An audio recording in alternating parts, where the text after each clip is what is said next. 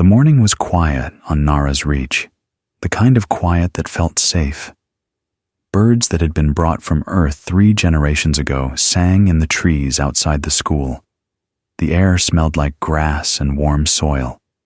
Children were walking through the gates, laughing and pushing each other the way children always do. Hyan was standing at the front of her classroom, writing the date on the board. She was a small woman with tired eyes and a warm smile. She had been teaching on this colony world for 11 years. She loved it here. It felt like home, more than Earth ever had, if she was being honest. Nara's Reach had 340 million people. Farmers, engineers, teachers, doctors, families who had built something real out of nothing on a planet that wasn't even supposed to be livable 100 years ago. She heard one of her students say something near the window. A boy named Dawan. He was pointing at the sky.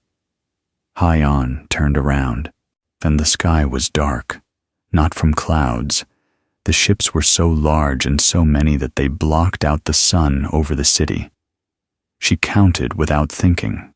5, 10, 20. And then she stopped counting because there were too many. They just kept appearing, uncloaking one after another, like shadows falling from nothing. Vreth Dominion warships. Everyone in the Covenant knew what they looked like. Long, gray, built like blades. No one had sent a warning. No communication. No demand. Nothing. And the first impact hit the Eastern District. The building shook so hard that Hyan fell against her desk. The children screamed. The windows blew in. She grabbed the nearest child and pulled him under the desk with her, and she yelled for the others to get down, get down, get down. The bombardment lasted 11 minutes. Later, people would say that number out loud as if they still couldn't believe it. 11 minutes. That was all it took for most of Nara's Reach to stop existing. The Vreth did not target military bases. There were barely any to target. They hit the cities. They hit the water treatment centers. They hit the atmospheric processors on the southern continent. They hit schools and hospitals and market squares. They hit everything that kept people alive and everything that made life worth living. When the noise stopped, Hyan was still alive. She didn't know why. The school roof had collapsed in a way that left a small pocket of space where she was sitting. She could hear nothing for a long time. Then she heard a child crying somewhere under the rubble, and she started digging with her bare hands until she found him. Out of 340 million people, fewer than 4,000 survived Nara's Reach. 6 other human colony worlds were hit the same day. All of them within the same hour. It was coordinated, and it was total. By the time Earth received the full reports, 1.2 billion human beings were dead. In the emergency signals, broken. The emergency signals, broken, incomplete, overlapping. Then came the images, footage captured by automated satellites before they were destroyed. Cities turned to flat gray plains, fires burning in the shapes of streets that no longer existed. Then came the silence. Not the silence of people who had nothing to say, and the silence of people who had gone somewhere deep inside themselves, where words didn't reach. In the halls of the Galactic Covenant headquarters on the station called Vile Prime, the alien delegates gathered in emergency session.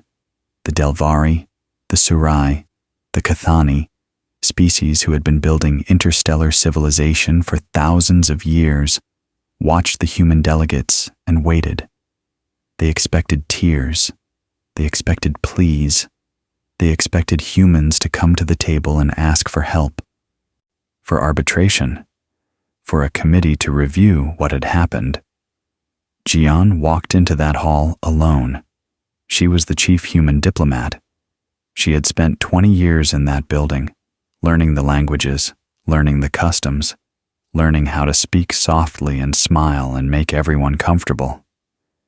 She carried a folder in her hand. She set it on the table in front of her and looked at it for a moment. Then she closed it. She looked up at the room full of alien faces. Every eye and sensor and receptor was pointed at her. The room was completely still. "We'll handle it ourselves," she said. She picked up the folder and walked out of the room. No one stopped her. No one knew what to say. One of the Cathani observers later wrote that the moment frightened him more than the attack itself, because the attack he could understand. But a human who had just lost 1 billion people on walking out of a room that calmly, that he could not place in any framework he had been given. The Vreth Dominion sent a message to Earth's Governing Council 3 days after the attack. It was written in clean, formal galactic standard.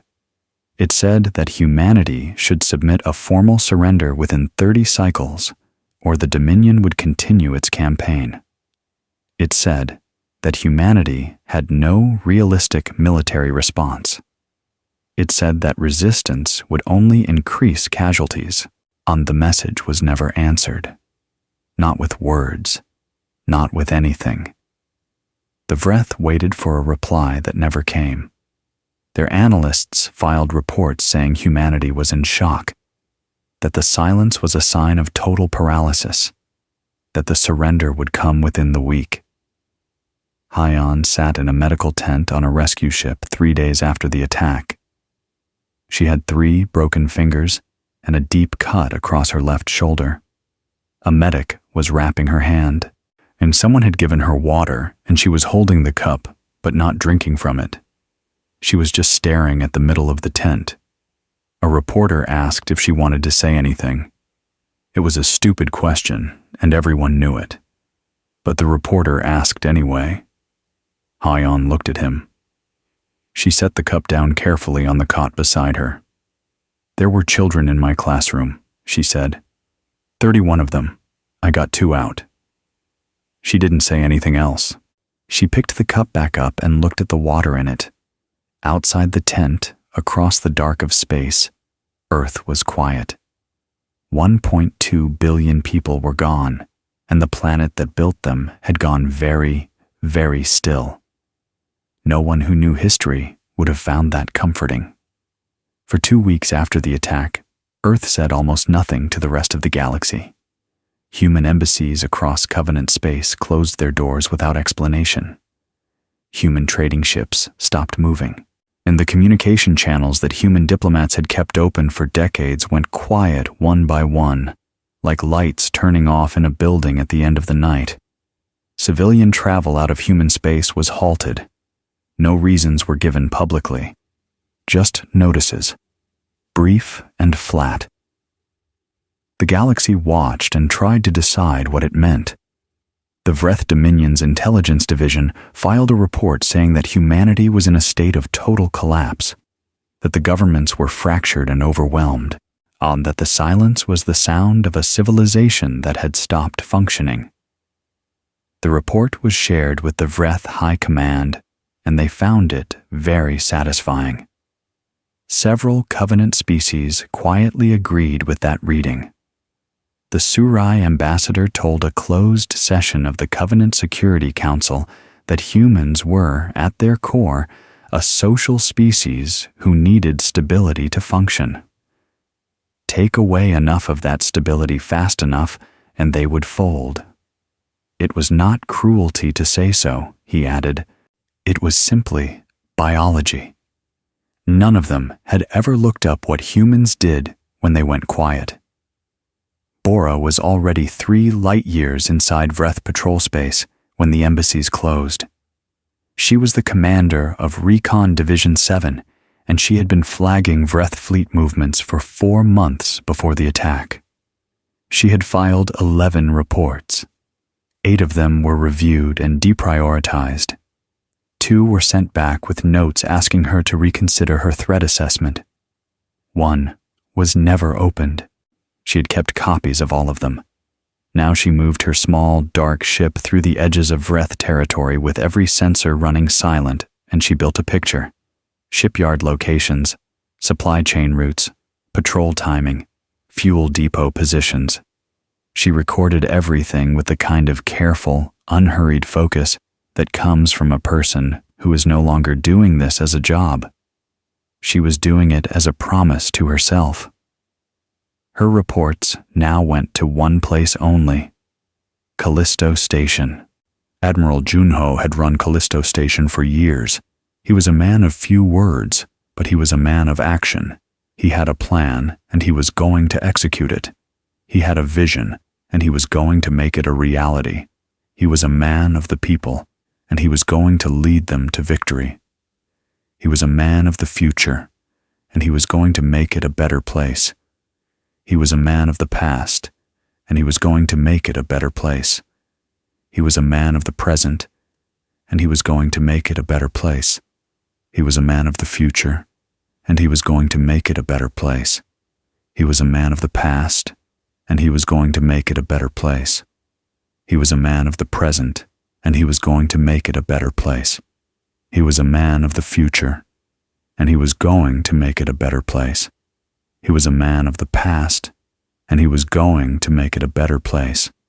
He was a man of the present, and he was going to make it a better place. He was a man of the future, and he was going to make it a better place. He was a man of the past, and he was going to make it a better place. He was a man of the present, and he was going to make it a better place. He was a man of the future, and he was going to make it a better place. He was a man of the past, and he was going to make it a better place. He was a man of the present, and he was going to make it a better place.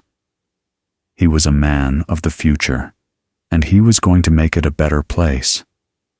He was a man of the past, and he was going to make it a better place. He was a man of the present, and he was going to make it a better place. He was a man of the future, and he was going to make it a better place. He was a man of the past, and he was going to make it a better place. He was a man of the present, and he was going to make it a better place. He was a man of the future, and he was going to make it a better place. He was a man of the past, and he was going to make it a better place. He was a man of the present, and he was going to make it a better place. He was a man of the future, and he was going to make it a better place.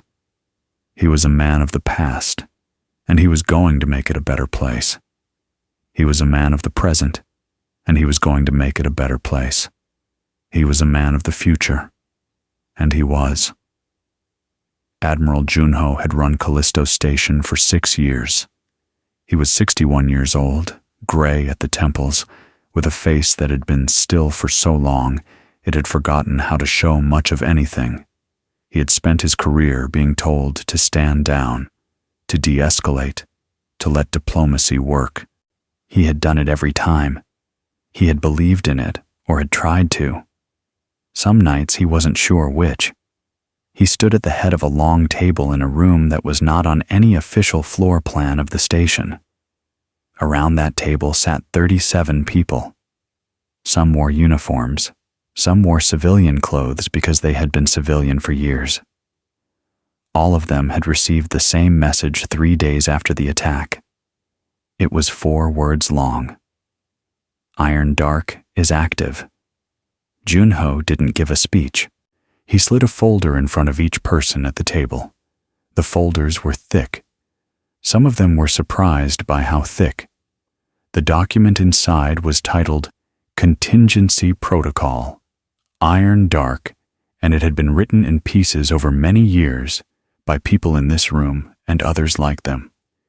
People who had been told to plan for peace, but who had quietly, carefully, without ever saying it out loud, also planned for the day peace was no longer enough. The document covered everything. How to convert mining ships into combat platforms. How to reactivate decommissioned weapons arrays. how to move civilian freight infrastructure onto a war production cycle, how to draft and train without broadcasting the numbers, how to fight without the rules of engagement that the Covenant had asked humanity to sign and that humanity had signed in good faith, back when good faith still felt like something the galaxy shared equally. It covered something else, too. A targeting doctrine, and one the Covenant would never have approved. It was clinical and specific, and it left very little room for the kind of restraint that had defined human military conduct for 80 years. Junho gave them 30 minutes to read. Then he said, "Questions?"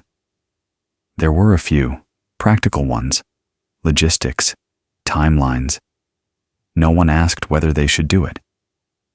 That question had been answered 11 minutes over Nara's reach.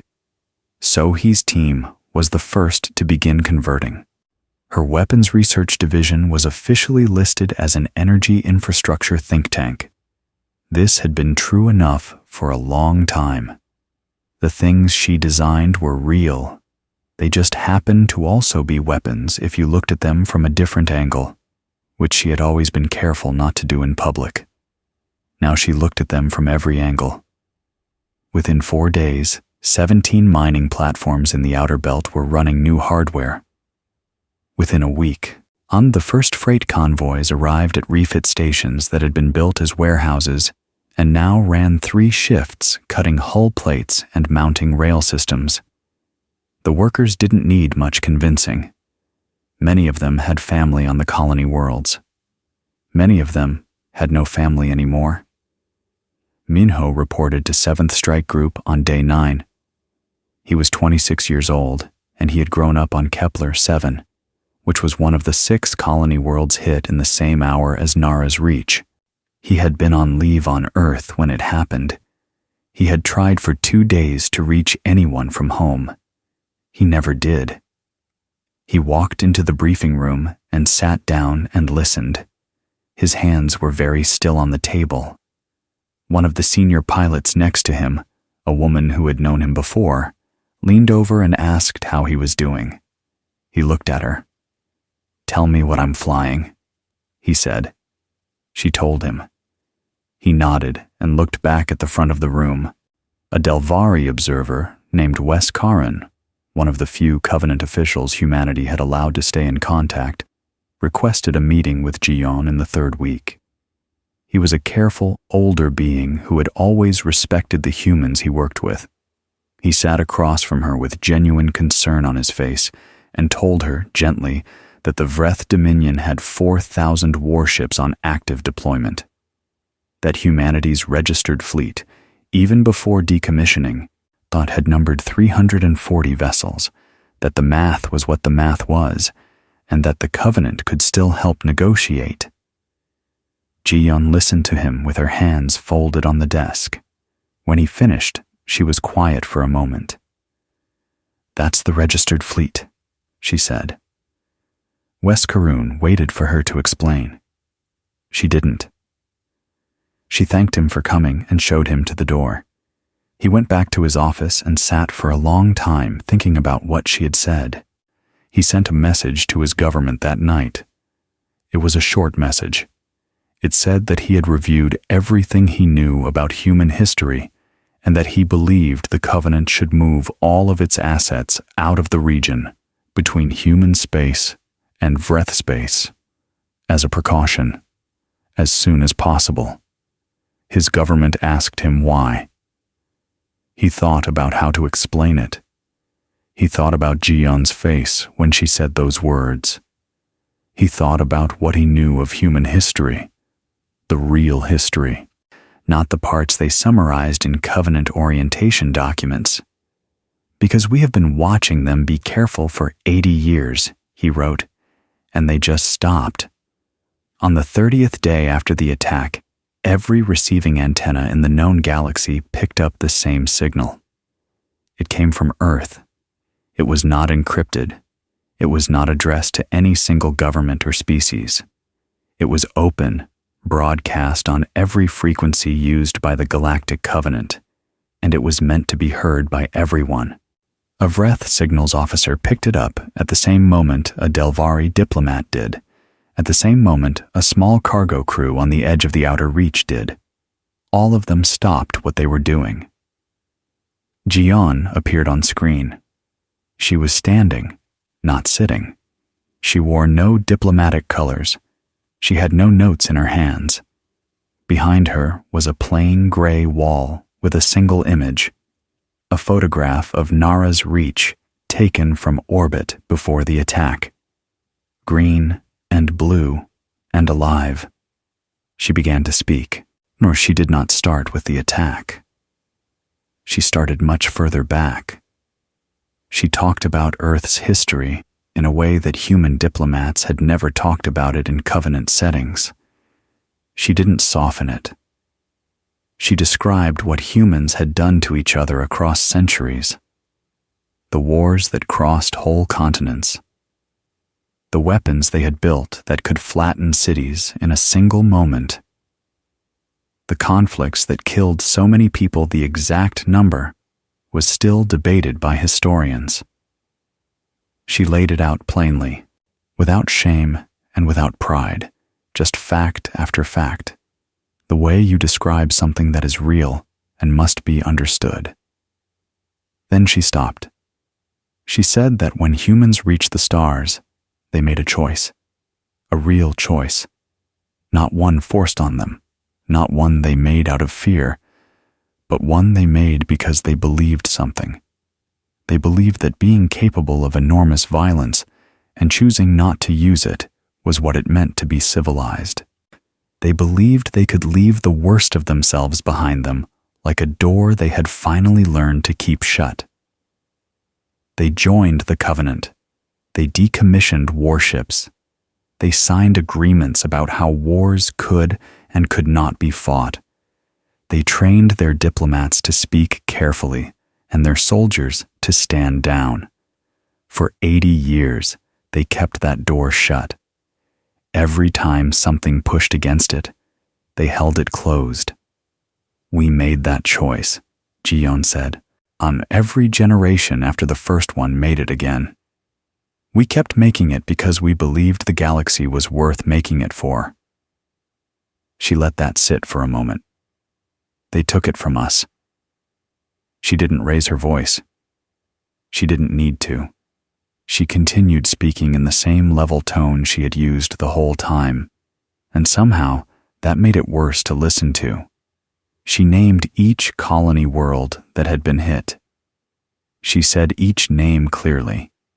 She said the number of people who had lived on each one. She said the number who survived. In 2 cases, the survivor count was 0. Then she announced in plain language that the Earth government was formally withdrawing from all Covenant treaty obligations that governed the conduct of warfare.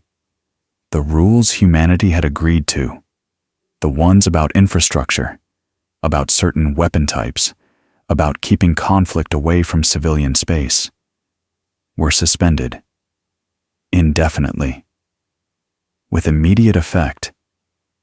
Across Covenant stations and homeworlds, and in government offices and private quarters and the bridges of ships, beings of many species listened and understood that something had just changed in a way that could not be changed back. The last thing Ji-Yun said before the broadcast ended was this: "We're done being civilized. We're going to be what we are." The screen went dark. For a moment, no one did anything. Then the Vreth High Command authorized a strike fleet. 600 warships.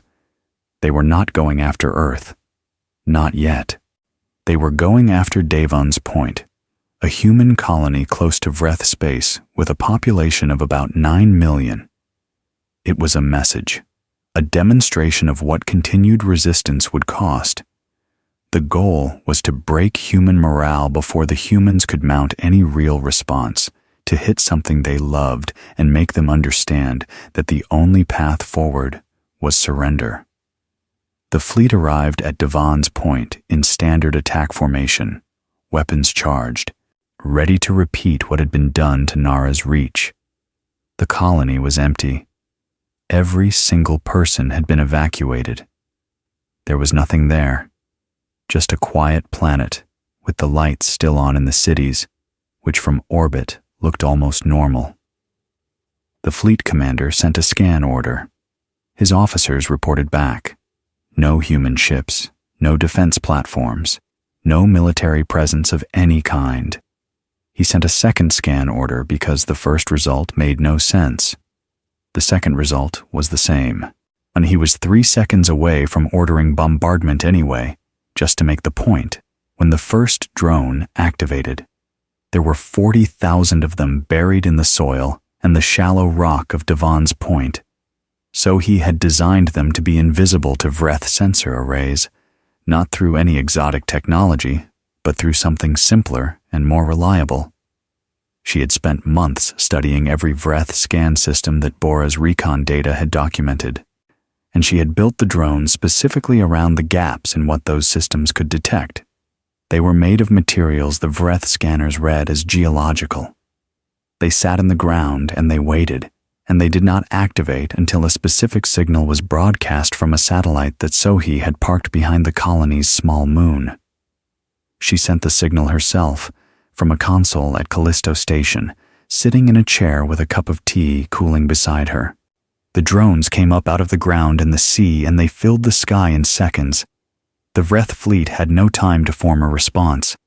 The engagement lasted 7 minutes and 40 seconds. All 600 ships were destroyed. Their debris field spread across low orbit and began to drift. 1 Vreth crew member survived. 1.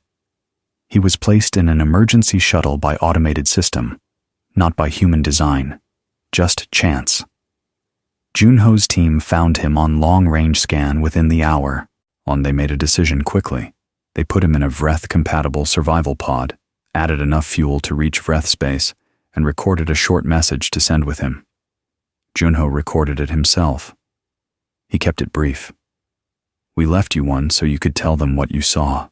You have 72 hours before we come to you." The pod was launched. It crossed into Vreth space 4 days later. The survivor delivered the message. When the Vreth High Command watched the footage from the fleet's own recording systems, the last thing their ship's instruments captured before going dark. They watched it 3 times. No one spoke during any of the viewings. Across Covenant space, the broadcast was all anyone talked about. Some species were frightened, some were angry, some were quietly, carefully making sure they were not positioned between human space and Vreth space. 2 Covenant member governments sent messages to Earth's Council asking whether humans planned to respect Covenant civilian corridors during their military operations. The Earth Council sent back one line: "Keep your ships out of the marked zones, and you have nothing to worry about." The zones they marked were enormous, much larger than anyone expected. A Cathani analyst looked at the boundaries and realized they didn't mark where humanity planned to fight. They marked where humanity planned to win. The Vreth had been fighting wars for 400 years. They were not inexperienced. They were not careless. Their military doctrine was old and tested, and they had used it to conquer 31 species before humanity had even discovered radio waves. They knew how wars worked. You built your fleet bigger than your enemy's fleet. You moved it into position. You hit hard and fast, and you kept hitting until the other side had nothing left to hit back with. They understood war as a problem of numbers: more ships, more soldiers, more weapons. The side with more won. It was simple, and it had always been true. They did not understand what they were walking into. Junho divided the campaign into 3 parts, running at the same time. Bora's recon division was the edge of everything. They moved ahead of every operation, mapping, watching, sending back data in tight compressed bursts that were gone before Vreth signal systems could lock on to them. Taewoo ran the ground campaign,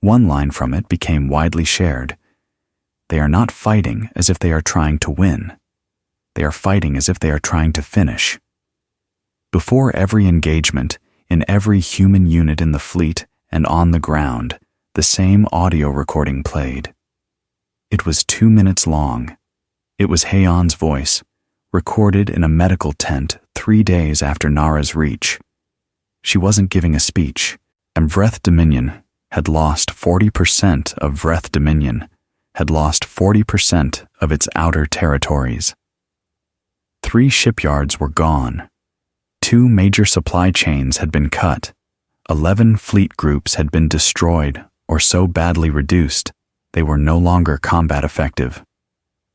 The Vreth High Command sent a message through a Covenant intermediary saying they wished to discuss terms. Junho's response was delivered in writing. It was 4 words. "We'll talk when we're done." The Vreth Dominion did not fall in one final battle. It fell the way a heavy thing falls when enough of what was holding it up has been removed. Slowly at first, then all at once. The military losses were bad enough, but what broke the Dominion from the inside was something the Vreth High Command had not planned for. The species that the Vreth had spent generations conquering and conscripting were watching. They had always watched. They had just never seen anything worth acting on before. When human forces began moving through Vreth space and the Vreth fleet stopped being the unstoppable thing it had always been presented as, the conscript soldiers of 14 subject species began refusing deployment orders. Supply workers stopped loading ships. On 3 Vreth-controlled worlds, local governments simply stopped taking instructions from Dominion administrators. Not violently, they just stopped.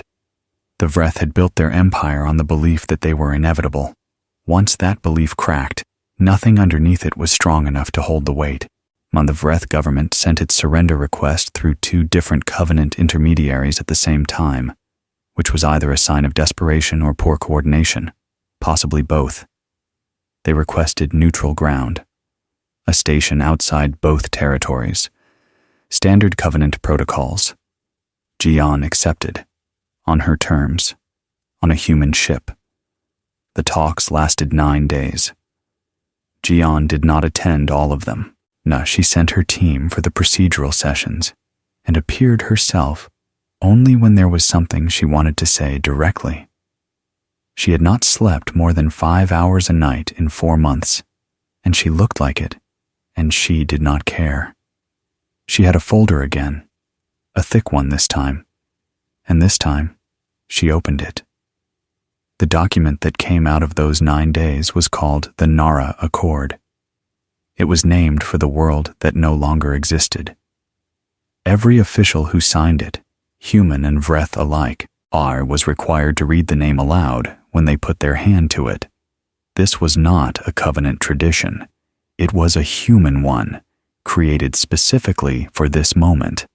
The Accord dismantled the Vreth Dominion's offensive military capacity in stages over 6 years, with human oversight of each stage.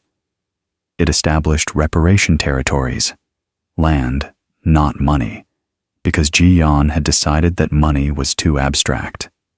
She wanted the Vreth to give up something real that they could see was gone.